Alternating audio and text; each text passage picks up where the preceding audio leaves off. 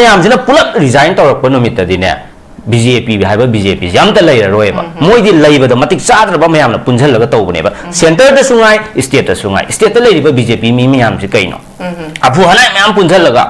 पादब मैम पुंजल पार्टी ने लेदना लाव खोन ले कईदों तौरी मैम से कईनोब से मोइन तौरीसे येंग पुलिस मैम मणिपुर की स्टेट फोर्स करीनो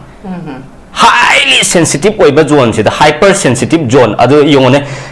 निताई पात चुथेक्तगिना कांग्रेस भवन भावबदु लापदा केम सांग्रबा बाजार की मी चिंग्रबा मरक्तुदा मोइना डिस्टर्बेंस पिर लाकांदुदा पुलिसना गार्ड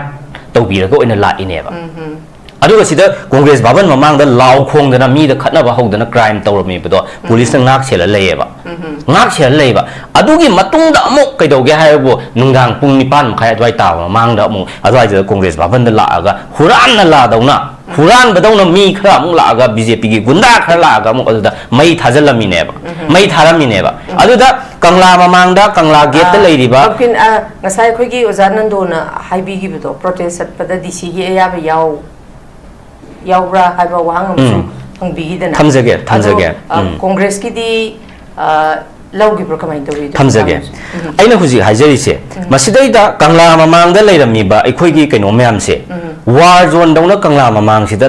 तोंगान बा सिक्योरिटी फोर्स स्टेट की ओरो सेंटर की ओरो पुलप लेरिनेबा कांग्रेस भवन ममांगदुदा बै थारिबदु अदुदा लेरिबा सिटी पुलिस की लेरिबा अदै कंगला गेट ममांगदा तारिबा ड्यूटी तारिबा पर्सनल मैम सिंग अमता उहौदब्राबा नत्रगा मोइना थवैना तौहल्लिराबा अदु पब्लिक प्रॉपर्टी मांगहल्ली नत्रबा पब्लिक प्रॉपर्टी डैमेज तौरी नत्रबा अदुगी बैरिकेड तो मई थादोक्तना कावहाय थिंगाइदना तौरमीबा मैमदो अदु पुलिसना करी एक्शन लौरगे होजि FIR लौखटलाब्राबा नत्रगना मोई सस्पेंड चटकनी नत्रगा ट्रांसफर तौरकनी नत्रगा आई प्रमोशन खाबा फंगोय हाबे कीबै तौरिराबा करीगिनोबा कांग्रेस ना इचम चमना अखोई लेबाक की लार्जर इंटरेस्ट मियाम की याई फननबगिदमक्ता अखोइना पीसफुली गवर्नर द मेमोरेंडम पीब लीडर खरा चटपदो अखोइगी पार्टी वाकर मैम दुना कंगला ममांगदुदा मतायम द तुमिन्ना लेहौरगा लीडर खरा अखनब खरा अखोइ चटलगा मेमोरेंडम पीरिमनेबा अदु मफमदुदा डिप्लॉय तौरिबा ऑफिसर मागी इंचार्ज पुलिस ऑफिसर मैम दुना अयाब कनो तौरकांदा अखोइसि चंगिनेबा पाउ फाउनरगा नखोइ मी असुक चटलो सुमाइना ग्रुप ओइना चटपदि यारोय नोइगी सेलेक्टेड ओइबा डेलीगेट अमखक्तंग तौरगा चंगबियो हाइदना मोइना कनो तौरिनेबा अखोइदि वायलेंस अमता तौब नतेबा क्राइम तौब नतेबा मियाम की इंटरेस्ट लेबाक कनसे छात्र की पुंसी कनसे लेबाक सिगी फ्यूचर ओइगदरिबा मखोइना अवाबा ताबदा अखोइसु लेरी अखोइसु सरुक यागनीना तौरगा चटलिबनेबा अदुगी अनीदो कनो तौब यारोइबा अदुना हाइरिबा मयाम सिंगसे अमता तौदना मोइना मसिदैदा इरांग लोइसनदासु लोइसनदे BJP ना हुजी खल्लीजे कइनो लान लोइरबा इरांग लोइरबा हुजी मणिपुर की कॉन्फ्लिक्ट वायलेंस लोइरबा अखोइ सिगी 700 स्क्वायर माइल सिदगी हेना चटप ngамद्री सि मोइ काउद्रीबा सेकमाइ लानबा ngамद्री सि मोइ खंगद्रीबा अदगी सोमदा पलेल हेंदोक ngамद्री सि खंगद्रीबा सि मयाम ममांगदा तारिबा मयाम से सॉल्व तौगे हाइदना मोइना सिदैदा तौरिबा लीला ड्रामा मयाम सि करिनोबा अदुना अइना लोइसनजरपदा हाइनिंगिसे कैसुम नते ममांगददी सुमाइना हाइनरमेदना करी अब की बार मोदी सरकार तौरमेदना अदु हंदक्ति करी ओइने अब की बार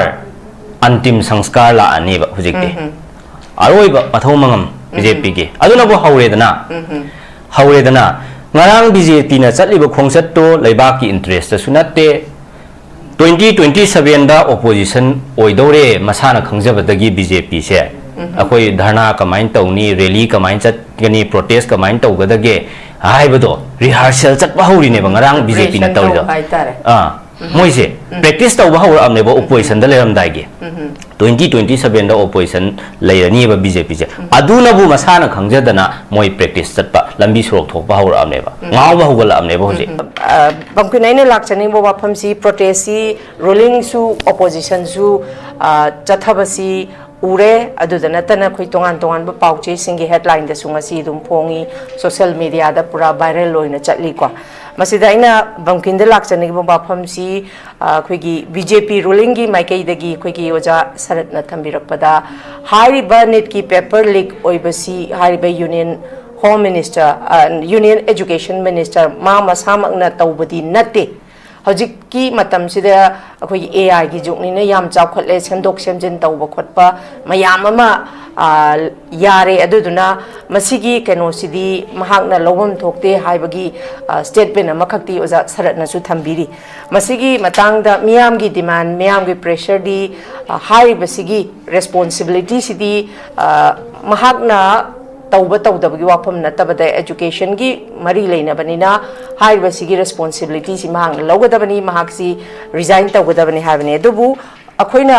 amutang recall tawraga yengba matamda Sasi Tharoor si Congress ki External Affairs MOS in 2010 da oibasi oirambasi maksi resign tawgiba wari lei Natwar Singh 2005 da Congress ki External Affair oirambasi chu makhoini maksi maran se convict masana tawbadi natta targa sumyam gi pressure da adum resign tawgibagi wari lei adugi Ashok Chavan Maharashtra ki sitting chief minister su mahaksi party high command dagi karigumba khogi corruption ki scam amada Chennai haidana resign tawkibagi wafam lai adugi 2012 2013 da Congress ki tourism minister Subhas Sahe, Railway Minister Pawan Kumar Bansal, Law Minister Ashwin Kumar, Makhoi Singh se loy mak miyam gi pressure da bamkin resign tawki. Aduga miyam da accountability se utki. Adumak pu hojik si NEET ki question paper leak oibasina handak NEET aspirant pura taraga mapan se suicide tawraga siri baneba masigi achauba iho ama lapasida still resign taw haiga su resign taw bagi mahutta pura ona taina ba Congress na irang sagat pagi issue ama khak oina lapase makhoi gi maikei dagi di Congress ki matam dadi accountability utpa oina adumak mana haibadi convict tawgiba leite taraga sudum resign tawgibagi wari se lei adubo BJP gi maikei dagi di hojik phauba resign tawbigi wari su leite masigi matang sida bankin gi assessment haigadra bankin gi point of view se kari kamain thambininge bankin tangdambi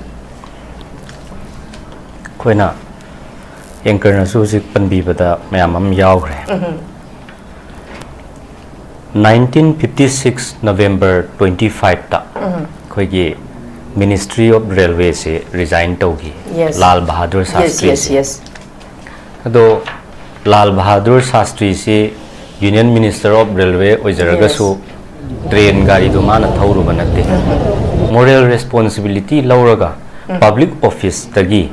ai se matik chadre miyam gi yai phanaba thabak tawbada ai si mapung phana tawba ngamdre ai asoiba khara leramba yai haidana keno tawba haibase public ki larger interest for the welfare of the country for the welfare of the society neba masibu ko we koina moral responsibility loba haise ado paper leak pehan ba haibase akoi education minister na tawba natte ma resign tawfam thokte haise swaise yam akoi gi dry oiba logic yaudaba haiba tare aduna sigumba statement se akoi expect tawde yamna high profile da leiba akoi gi top leaders sing sina sumaina phongdok pibase adagi TT Krista Machari finance minister oina masi 1958 ta LIC gi matang da chayet na bakhar leibadagi masi union finance minister si resign tawki VV Krishna Menon masi defense minister oina 1962 November 9 da akoi Sino India war gi matang da masi chayet na problem khar leibadagi moral responsibility lauraga ma resign tawki Sivraj Patil Union Home Minister ne akoi 2008 November 30 da Mumbai terror attack ki matang da mark se 26/11 Mumbai terror attack ki matang da ma se resign tawki K Natwar Singh External Affairs Minister Iraq oil irregularities ki matang da ma se External Affairs Minister se akoi resign tawki Sasi Tharoor akoi April 10 2010 da Minister of State ne man oise sigi matang sidama adum resign tawki adagi Ashwini Kumar Law Minister 2013 gi May da mase akoi coil gi matang da asigi issue siga mari leinana public na wahang myam hangnarakpadagi akoi resign tawki A Raja Telecom Minister 2011 gi July da mase Aircel amasung Maxis ka ani gi marakta leinaba chayet na ba sigi matang da CBI na akoi inquiry tawrakpadagi mase ꯃꯥꯒꯤ ꯄꯥꯏꯔꯤꯕ ꯄꯣꯁꯇꯨꯗꯒꯤ ꯑꯩꯈꯣꯏ resign ꯇꯧꯈꯤꯕ ꯑꯩꯅ ꯋꯥꯐꯝ ꯈꯔ ꯊꯣꯛꯈꯤꯕ ꯊꯧꯗꯣꯛꯁꯤꯡꯁꯦ ꯀꯣꯡꯒ꯭ꯔꯦꯁ ꯄꯥꯜꯂꯤꯉꯩ ꯃꯇꯝꯗ ꯑꯩꯈꯣꯏꯒꯤ ꯂꯥꯜꯂꯨꯔꯦ ꯍꯥꯏꯔꯒꯗꯤ ꯅꯠꯇ꯭ꯔꯒ ꯑꯁꯣꯏꯕ ꯈꯤꯇꯪ ꯂꯩꯔꯦ ꯍꯥꯏꯇꯥꯔꯒꯗꯤ ꯑꯩꯈꯣꯏ ꯁꯦꯝꯗꯣꯛꯅꯅꯕ ꯅꯠꯇ꯭ꯔꯒ ꯄꯕ꯭ꯂꯤꯛꯀꯤ ꯔꯦꯁꯄꯣꯟꯁꯤꯕꯤꯂꯤꯇꯤꯗꯣ ꯑꯩꯈꯣꯏꯅ ꯂꯧꯐꯝ ꯊꯣꯛꯑꯦ ꯍꯥꯏꯕꯁꯤ ꯌꯦꯡꯉꯀꯥꯟꯗ ꯑꯩꯈꯣꯏ ꯂꯧꯈꯤꯕ ꯑꯗꯨ ꯉꯁꯤ ꯌꯨꯅꯤꯌꯟ ꯃꯤꯅꯤꯁꯇꯔ ꯑꯩꯈꯣꯏꯒꯤ ꯏꯖꯨꯀꯦꯁꯟ ꯃꯤꯅꯤꯁꯇꯔ ꯙꯔꯃꯦꯟꯗ꯭ꯔ ꯄ꯭ꯔꯙꯥꯟ ꯃꯁꯥꯃꯛꯁꯦ ꯑꯩꯈꯣꯏ 1997ꯗ ꯃꯥꯅ ABVPꯒꯤ ꯁ꯭ꯇꯨꯗꯦꯟꯠꯁ ꯂꯤꯗꯔ ꯑꯣꯏꯔꯤꯉꯩ ꯃꯇꯝꯗ ꯏꯖꯨꯀꯦꯁꯟ ꯃꯤꯅꯤꯁꯇꯔ ꯔꯤꯖꯥꯏꯟ ꯇꯧꯒꯗꯕꯅꯦꯅ ꯏꯖꯨꯀꯦꯁꯟ ꯃꯥꯅ ꯑꯣꯗꯤꯁꯥ ꯁꯦꯀ꯭ꯔꯦꯇꯔꯤꯌꯦꯠꯀꯤ ꯃꯃꯥꯡꯗ ꯀꯟꯅ ꯄ꯭ꯔꯣꯇꯦꯁ ꯇꯧꯈꯤꯕꯅꯦꯕ ꯃꯇꯝꯗꯨꯗ ꯃꯥꯁꯤ ꯁ꯭ꯇꯨꯗꯦꯟꯠꯁ ꯂꯤꯗꯔ ꯑꯃ ꯑꯣꯏꯅ ꯍꯧꯔꯛꯑꯒ ꯃꯥꯅ ꯇꯧꯈꯤꯕꯗꯣ ꯃꯁꯤ ꯏꯟꯗꯤꯌꯥꯒꯤ ꯑꯦꯗꯚꯥꯟꯁ ꯑꯣꯏꯔꯕ ꯉꯁꯤꯒꯤ ꯖꯦꯅꯦꯔꯦꯁꯟꯁꯤꯗ ꯍꯥꯏꯔꯤꯕ ꯑꯦꯛꯖꯥꯝꯁꯦ ꯃꯁꯤ ꯄꯥꯡꯊꯣꯛꯄ ꯃꯇꯝꯗ ꯃꯃꯥ ꯃꯄꯥ ꯑꯣꯏꯕꯁꯤꯡ ꯑꯩꯈꯣꯏꯒꯤ ꯏꯃꯨꯡ ꯀꯌꯥ ꯑꯃꯅ ꯁꯨꯖ ꯅꯣꯝꯖꯔꯒ ꯋꯥꯅ ꯇꯥꯜꯂꯒ ꯃꯆꯥ ꯑꯣꯏꯕꯁꯤꯡꯁꯤ ꯃꯤ ꯍꯣꯠꯅꯖꯔꯤꯕ ꯑꯗꯒꯤ ꯃꯤꯑꯣꯏ ꯈꯨꯟꯅꯥꯏꯁꯤꯗ ꯂꯩꯖꯔꯤꯕ ꯏꯝꯐꯥꯜ ꯑꯣꯏꯕꯁꯤꯡꯁꯤꯅ ꯑꯩꯈꯣꯏ ꯀꯟꯅ ꯑꯌꯨꯛ ꯅꯨꯡꯊꯤꯜ ꯅꯨꯃꯤꯗꯥꯡ ꯈꯪꯗꯕ ꯃꯈꯩ ꯄꯩꯁꯥ ꯃꯌꯥꯝ ꯑꯃ ꯇꯤꯡꯍꯜꯂꯒ ꯀꯣꯆꯤꯡ ꯇꯧꯗꯅ ꯇꯨꯝꯕ ꯆꯥꯕ ꯈꯪꯗꯅ ꯂꯥꯏꯔꯤꯛ ꯄꯥꯔꯒ highly competitive ꯑꯣꯏꯕ ꯑꯦꯛꯖꯥꯝꯁꯤꯗ ꯁꯦꯂꯦꯛꯁꯟ ꯐꯪꯕ ꯍꯣꯠꯅꯖꯔꯤꯕ ꯃꯥꯒꯤ sacrifices ꯃꯥꯒꯤ dedication ꯃꯌꯥꯝꯁꯦ इराई लाइना कैसु लेतब पोषक अमदौना लास्ट अवार्ड अखोई पेपर क्वेश्चन लीक ओइरे मतम खरा यैथोगा तारीख अनौब अमा लेपगा अखोई एग्जाम अमु हलनी हायरगा अदु सोल्यूशन पीब कौदेब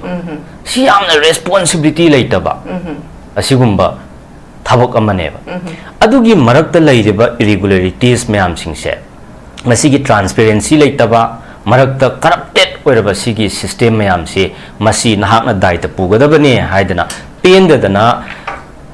इंडिया दा लैरिबा मिलियंस ऑफ स्टूडेंट्स मयाम सिंगसिना अखोई स्टेट ता थोरागा प्रोटेस्ट तौददना पेंदबगी खोलाव लावरे हारकांदा एजुकेशन मिनिस्टर फम थादोकदबने हाइबसिबो अइना लीक ओइहनबा नत्ते अइ फम थादोफम थोकते अदो एग्जाम दो लीक ओइखरसो अखोई मतम अमा पीरगा अखोई फोंगी ममन लौदबिदा एग्जाम अमु हल्लगा थाहल्ली सिदी अननेसेसरी द इरांग सागली करिगिनोगा हाइबसे मसी याम लॉजिक यावदबा मसी यामना रेस्पोंसिबिलिटी यावदबा दायित्व मसक खंगदबा अखोई अदुगुम्बा लीडर ओइबदा मतिक चादबा अदुगुम्बा अमगी स्टेटमेंट नेबा अदुना सिगुम्बा सि तौरिङै चैरक्सिदा अखोई मणिपुर दसु यामना मरी लेनदना अखोई BJP मणिपुर स्टेट ना अखोई सुमाइन तौदना करिनो खंगदना अखोई मसिदैदा इरांग अमा अननेसेसरी यामना इरिलीवेंट ओइबा मोंगदा अखोई सुमाइन तौगा इरांग सागलगा अखोई लंबी थोरता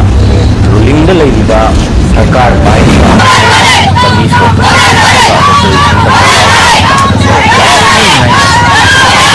मोइना लाव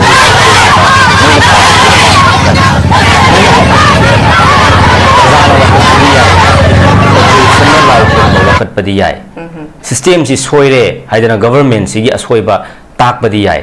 पेंदबगी अखोइना ngangbadi यायबा सरकार मसामकना पावर द लैरिबा अथॉरिटी मसामकना लंबी थोरागा अंगाव फैदौना कोइचा चलगा पंगलाव लाव खोंगादी मोइगी वाकतसिना कनादा तौरिबा वाकतनो मोइना तालिबा डिमांड सिना प्रजा अखोइना पीदौरिब्रा ओपोजिशन गी लैरिबा MNA मंगा सिना पियो हाइरिब्रा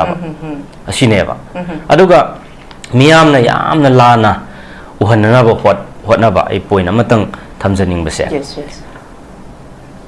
अखोई कांग्रेस की दी ngarang tawjagibasi sam chamna yamna peaceful oina democratically akhoi di party gi leader mayam party worker sing tawraga laibak ki interest ta akhoi satra gi punsi kanbio aduga masdaida mara leiba chenaba sing si akhoi law gi matung ina dandi pigadabani pham thadokadabani ma education minister oibada matik chadre haidana governor una narga memorandum pisanba changbane ba congress na chatkiba ngarangi rally du khongchat अदुगा ngarang BJP na chatliba khongchat ani si yam khenayeba BJP na chatliba ngarang gi protest rally sina karino harakanda Congress bhavan mamang da laaga Congress gate ta mi phunaba hoba lakpaneba hogi crime to balakpaneba violence ki thabak to balakpaneba moigi agenda karino moigi purpose of that magi rally du karino habsi khangdeba power da laiba sarkar pairiba tawge dangamba moina lambi sorok chatlaga laure isi kaino adu magi manungi oiba central idea theme amta leiteba significance impact amta leiteba adugi just public se thoi banga sigi manipur gi oiba prevailing situation mayam si loina kauthokinaba matam gi tongan ba anoba issue am sagat halaga moina congress office mamangla la aga khatnaba haujallaga congress su sauraktana awai akhum khara reaction lakani dana adugi reaction do la allakanda congress BJP hunaraga leire haidana prajana kaino ama phawal laga domda ani makse phattana uginaba moi dang phattadana hujik moi gi downfall lakpa matam sida moi gi asoi pik thalaga mathawdagi na thairaga leiriba mayam se masi kupsannanabagi damakta tongan ba issue ama sagat pa lakpaneba adu oiram basu yai adu natragana moi gi dongarang ai na sum khanjabada moi mayam haunaraga congress yauge na congress baban mamang da lakpa oram basu yai ba adu da congress yauge na la aga su akoi congress ki workers sing na matam du da leiram ba mi sing na BJP gi mi sing do akoi noi congress ta yaugo da matik cha de noi guma mi si congress yau halloi na dum khara ngangla saknaraga dum tan thoki bo oram gani ba dunam sigumba yam ikai ningai oiba yam ikai ningai oiba laibak thiba thodok sing se series of lep laitana moina last sigi 9 years sida tawar lakpaneba aduna sidi mogi machatne aduna hainingai laitadana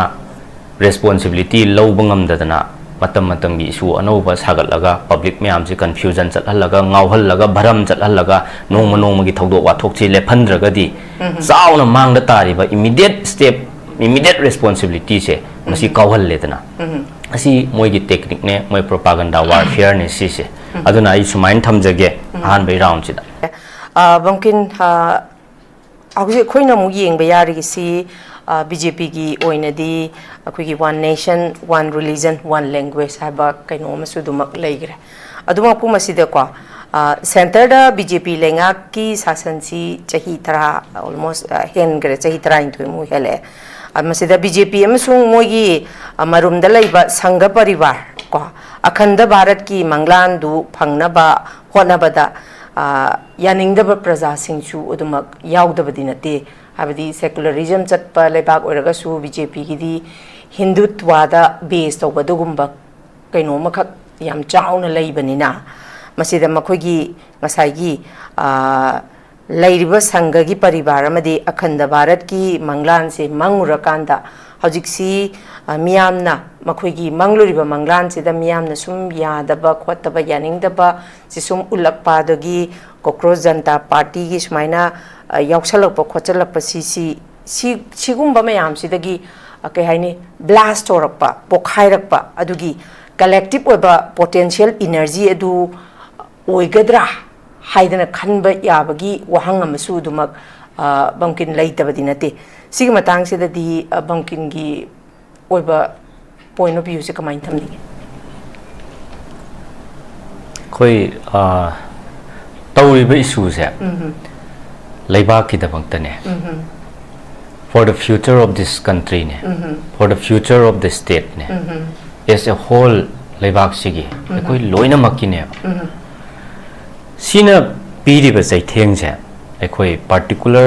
section amada khakta natte entire community entire akoi section of the society irrespective of kanano karino naidana sida political party wa natte BJP na charge tawriba moina piriba allegation ko pi sidi yamna akoi kari haini ataba mi auba mi akhangba mi nadi noningba phawrongani kaigino di NEET haiba exam se thaba matamda masing kaya no satra se 25 lakh senane thari se satra lakh kun manga na appear tawriba adugumba exam amabo effect tawra isi 25 lakhs henane ba effect tawra isi adudi pendraba khoirang khoi saunaraba satra lakh kun manga gi imung lakh kun manga se sida amuk aigi isa si soagadi pallagadi aigi isa duna awafam da taragadi mama mapa oiba singna machagi damakta lepi ba haisi hauna sane ba yes satra lakh kun manga duna saudana lambi da thorakpa matamda mama mapa du su yarok toine ba adudi multiply am tang tobio ba kaya no haibase mayam sina haunaru ba leitana pen da bagi damakta thorakpa sibu congress na injhal laga tobane hai taragadi masi Rahul Gandhi na imung singdura chatlaga nung handak nit tharobra lao protest tawro na kautho ugadra ba Yes. si siamna kari haine tabada yadaba pot ne ba asigum wafam si phongdo oga le aduna youth are the pillar of the society adu oda di pangai haiba chindati aduga somdana mission tongan ba scheme kya kya ma school phagat hansi adu phagat hansin tawba Manipur gi satra di yaudabra ni thaba adu Manipur dadi sigi impact laitabra effect laitabra asigo mayam je Manipur masa singna wana masdaida coaching tawraga lupa lak hondo oga Delhi da kari da sida tawraga tawriba mayam akas da tawdana Delhi da tawriba mayam sibu adagi Rajasthan da chatlaga moina coaching tawriba mayam singsi lupa kya kya no adu moina sahi amada spend tawram doriba amount si lupa kya no thagi leibagi chabagi magi hostel fee magi coaching fee mayam do kya no sigi amount ji khit ki amount na teba exam ama conduct tawba matamda NEET ki exam ama chahi amada conduct tawba matamda nearly 350 crore changeba NEET ki exam si conduct tawba matamda crore 350 mukki maya changeba high ba amount se magi lanai education minister gi my pocket te puthor aga tawriba exam la ba si amuk han bai targadi adugi 350 or 300 crore gi maya se amuka taxpayers money dai mangi na traba public money na traba unnecessarily sumaina public ki fund mayam se public money mayam se moina BJP na loina manghan ta ali se kari gi no si puna maksi gi yenga kanda NEET khakta gi natte SSC gi exam yara leak oidana tawre adagi banking gi railway gi exam hanaki chahi si maktadane ko adagi recently adugi hauji leiringai da amu kaidoge habda Maharashtra da teacher eligibility test ki TET gi amu question paper leak loina oire lo any type of competitive exam se akoi commodities ki type da pochai leiraga bazar da market da phangba pot am dong tawkhale business ki type da pura thorokpase quality yauraktre system si completely breakdown oire India gi education system si completely fail oire masidi akoi gi satra sing sida youth sing sida phajana impact pirani aduna akoi gi society ji mangdhar ani lukhrani haidana masidagi kalhauna ba voice law sibo masidi responsible citizen amagi mathaune basidi political party to khroba adu being an opposition akhoi gi congress ki party na nataga leader of the opposition na miyam gi interest ta saruk yaraga thok pasibu kari akaiba what is the harm sibu crime lo fattabagi injustice amagi mayok ta lepaga madu lale madu fatte basi semdokadabani miyam da awaba pibiyaro satra kaya no series Siriba satra sing dugi imung dugi mama ampa oiba sing na kari khalangwani simu tarai na loba yabra sida tarai na loba taragadi BJP na hai sidi noi siningba sijau lambi da noi hatok no tawning ba tawjau darkar oide haibane ba noi na ngang yu ta de moin tawning ba tawni haibane ba asi yabra ba si punamak si thengnana ba miyam gi damakta thoiba party mo lana uhannana ba BJP na amuk onchalaga magi responsibility lobagi mahutta moina sumaina amuk ulta da blame tawri kaino ba moina oina protest rally ga chatkhatana tawri kaino ba ikai ramani ngarangi BJP gi mi tarakun opposition gi rally do mi haipet yamne ba BJP sarkar pari ba rally do mi kun kuntra lupa kya pir ne ino ne pasu mandre honorable kharsu yaw banina honorable singdu congress bhavan gi mapa gate to yaw akanda akhoi samu yawjabani na matamja leiram na laibak phadana BJP gi gunda gi activities to moina tawriba crime mayam do madu akhoi imichina uhowe bangarang adu honorable singdo bhavan gi gate mamang do da mogi karya karta mayam na tawriba mogi leader party organization da leiriba mogi general secretary mayam da tawriba do moi ikairam ngani ba honorable khara yawri mayam do ai moi khanbada nungaite asigumba mayam se tawri se yam ikai ngai ne ba leibak sida thoiba series of sida incident crime mayam se kayam yame nagagi hostess mayam am phajaluraga koi thadorokta tawba matamda tumin leihiba wangang hidaba nagagi micham taruk tamthina matup ka aga hakhiba dudana wahi amta ngangdaba aduga masdaida toan mafam singda yum mai thadana misi mina thokdana IDP singna ngasi mayum da hanjan mangamdadana national highway hangdok pangamdadana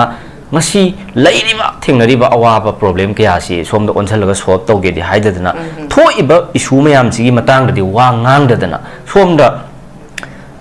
Satra Singhi Punsi Kallo Education Minister si matik chade pham thadokadabane Satra kalhodragadi lebak si mangdhara agani haibasibu Satra Singhi damangta justice pio hairiba sida onjhalaga blame tawraga Congress na tawbani aduna tawbani adudi lakhs of akhoi protester myam ama jantar mantar da lei si kana kanana haunaru banai dana lam dagi laiba myam si masi Congress na injan mani haidoreba adudi we feel so proud akhoi Congress aduki matik powerful oi haibide akhoi harauba poeba aduna siguma ulta pulta blame game se tawbi gano aduga miyam da aina mukasu aina thamningi si kaino hai matamda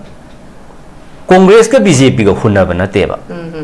Congress ka BJP ga khatnaba group pijam tor tawba na teba moina la aga hujara baneba moina la aga lausanjara baneba moina la aga tawjara baneba akhoi kaim tawba na teba Satra Singhi Punsi Kanbio Save Manipur Save Democracy Save Constitution aduga Sheikh Dharmendra Pradhan haibagi thim kharasida police ki ka henba niti niyom moigi brutality moigi adugum inhuman oiba leader of the opposition da chathariba thawong adagi Satra Singh da tamteina phu chaidana maram chadana koi FIR panjalaga phadana pundana tawriba mayam do madu unconditionally thadokadabane tawba yaroi haidana si nation gi larger course amada koina chaliba potto moina divert tawna ba hotna ba haibase masi yamna ikai ningai neba Dharmendra Pradhan haibudo soji adu singko ba Dharmendra Pradhan di yog dia ba Congress gido not save khoi akoi gi save Manipur save Constitution save Democracy aduga Sheikh Dharmendra Pradhan haiba yes Sheikh happen Sheikh haiba adagi aina thamjani si kaino haiba matamda akoi 2011 da Congress ki UPA 2 gi matamda Dr. Manmohan Singh na Prime Minister oiringai matamda 2011 se masaida Ana Hazare na akoi indefinite hunger strike ama yamna peaceful oiba akoi protest ama chathagi eba chathagi ba protest si numit taran mathoi ni chalakpa numita Dr. Manmohan Singh na asumaina mi amada akoina wahal laga thamba phatte nation gi interest ta haibo oitaragadi magi core issue du kari no aikoi khanagani haina tawdana Ana Hazare se numit taran mathoi ni sorakpada magi hunger strike indefinite hunger strike tawrambado mai khongjang do handokhi eba Congress ki matamdu da palamba sarkar matamdu gi Prime Minister Dr. Manmohan Singh na magi magi lokpal bill se anti corruption bill ama tawgadabane dana mana law ki ba kholaw do MSD leiba ki apabane haidana anti corruption bill haibase Congress na kano tawgribane ba sise ngasi corruption yam yadaba sariba BJP se masigi matamda na teba Congress na haining idi kaino harakanda nation gi larger interest ta public ki welfare gi damakta lauriba voice se akoina mi kanano mana adu party ni haibya deba leiba ki yai phanaba miyam gi yai phanaba ne na khanba ngamgadabne ba leader am oitargadi leibak si gi luchingba am oitargadi asi khanba ngamdragadi miyam gi luchingba miyam gi leader miyam gi mihut kamain haidoino ba asineba aduna party gi moi party khaktagi prime minister oige oiro BJP gi prime minister hairoba adoragana leibak ki prime minister neba mase adu si tada ba myam se karigino si myam se aduna asiguma myam si leibagi marak sidaida amuk kaidoge haibabo moina hujik sanari se loina polarization politics ngaktaneba polarization politics kaisu natte issue divert tawba issue namjanba matam gi kano tawba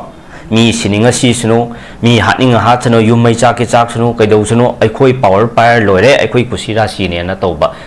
ira ama oirabne ba hujik se yam tamthima Manipur da hujik chahi ahum hena irang tawri sibu karimata haidana leiriba Union Home Minister sibu resign taw nang pham thadokani dabane na misi mina asyam yahallaba law and order si completely breakdown ohelliba Home Minister na hak matik cha di resign taw haiba sibu aikoi bu leiba ki yekna bro sibu anti national law Amit Shah resign taw gadabne Manipur da hanatuna yengdabagi crisis si solve taw dabagi haiba sibu afaba kholaw na tabraba achumba kholaw na tabraba masi crime laba education bu laikha ta haliba education si completely hijack tawraga privatize tawraga RSS amsung BJP na every educational institution khuding mak si control tawraga moina thabak khanbadagi exam entrance thabadagi waja khanbadagi chhatra tambadagi master tamba PhD tambada bhaw moina yaba moina moigi mi khallaba matam sida every institution khuding mak si hijack tawrakan sida pura completely collapse oi base masigi responsible na logodabane na education minister pham thado haibasibu masi kari lange masi kari lange thadok pa yaina ma pham do public ki aseng leader am oi taragadi ai noina thado haidana thado e inquiry tawringai si marak sida hayeng chumme natraga lale haibadudi tawanda laksagadaba pot neba lalam dragadi ma mu kano tawjaba yaina adu asida kari akai ba leike asuk yamna stubborn oi si kari gino Manipur की violence की मतंग रो Home Minister Amit Shah resign तो गदब ने फम थादो कदब ने loud न Kannada loud इनो सिकई की नोबा Education Minister सी द धर्मेंद्र सी resign तो हाइड न कदो बे हाइड इनो बा छात्र कया की थवाई लौब गिराबा थवाई चाबा पार्टी ने BJP से याम न मिनुसी लेतबा तमथीबा मखल की कइनो ने बा थवाई चाबा की एग्जांपल बो हंदक नगा तरुक हाथ की बगी जुदा मोगी अखोगी माई नुपी सिंग करीनो खंगदबा मयाम पिजर एन हाई नत्रबा करीनो हंगोइदना नादना सि जेनिम्स फना कुइना लाइकनरी नत्रबा हानदी मीना नोंमैना कइना कापा हालमे दै थांगना तौरगा नुंगना कइना तौर हालमे हुजिकती मीना मी साखल अबनेबा मीदा मी पिजर बंगम अबनेबा सिदा तुमिन लेरिबा सरकार नेबा येंगोने काम साथीगे सिगी BJP सरकार से असिउमा मयाम लेरे अरे येंगोसी BJP da laiba union cabinet mayam singsi from A to Z kana matik saba qualified oiba corrupted oidaba every issue da chena da kana lai ethanol gi case ta E20 gi Nitin Gadkari pham thadok ba yarabane ma si national issue na tabra sibo adagi Nirmala Sitharaman India gi economy kari oire completely collapse ne huje inflation rate a yore huje lairaba awa nang na kham thenge huje senthok lambi leitadana tawriba mayam se si yengaga finance minister Nirmala Sitharaman pham thadok pham tho abane Jay Shankar external affairs minister kaidawe pura ma foreign policy da completely fail oirabane soirabane ba ma se pura US da surrender tawraga puppet oina leirabane adu pham thadok pham thok tabra ma se paper leak ki matang se da nit ki khakta nate every paper examination की खुदिंग मक्से असीम वाना तमजरुरी बा like मही मसिंग मयाम सिंगसे अखोई कनागुम पैसा पाइबा मी खर न पैसा पाइ न क्वेश्चन दो लेयर लेयर एग्जाम चंग की तारगदे लेत लाइरबा आइगी नॉलेज ना अइना तांजरुरी बा मही मसिंग दुना अइ कन्न होना जरगा नोंगमदि मतिक चाबा मी अमम ओइगे को इमाई पागी अवाब सिंगजे को अनगे को अफबा खुनाय अमा ओहनबा आइगी सु थौदांग अमा लौगे को न खलगा ममित मना चेजेट पिसलगा होनरिबा लाइक तमिबा मयाम सिगी दायित्व नाहना पुगदबने ना education minister resign to haibasibu kari crime no sima resign to hom tho abneba adagi kaidore Narendra Modi na kaidore som the India gi leiba resources mayam lan thum sampati property every government assets khuding mak loina lam dagi forest dagi environment dagi space dagi nongthak dagi leinung dagi kangphan dagi pura malem atia punamak si India gi leiriba pochak khuding mak si Adani da pulap yon tho abaneba si loina yon tho abaneba loina privatize tok tho aga adu tadi moi mayam jina pulap resign tawrak pa numit tadi ne BJP haiba BJP yam ta leira roeba moi di leiba da matik sadra ba mayam na punjal laga taw baneba center da sungai state da sungai state da leiba BJP mi mayam si kaino abu halai mayam punjal laga oi da pada ba mayam punjal laga masidai da party ne leida na sida law khong na lei kaidoi no ba si tawri mayam se kaino ba si moin tawri se Sidang ngarang gitu dah yenga lagi ba police mayam tu na Manipur ki state force tu na karino highly sensitive koi ba zone sida hyper sensitive zone adu yung ne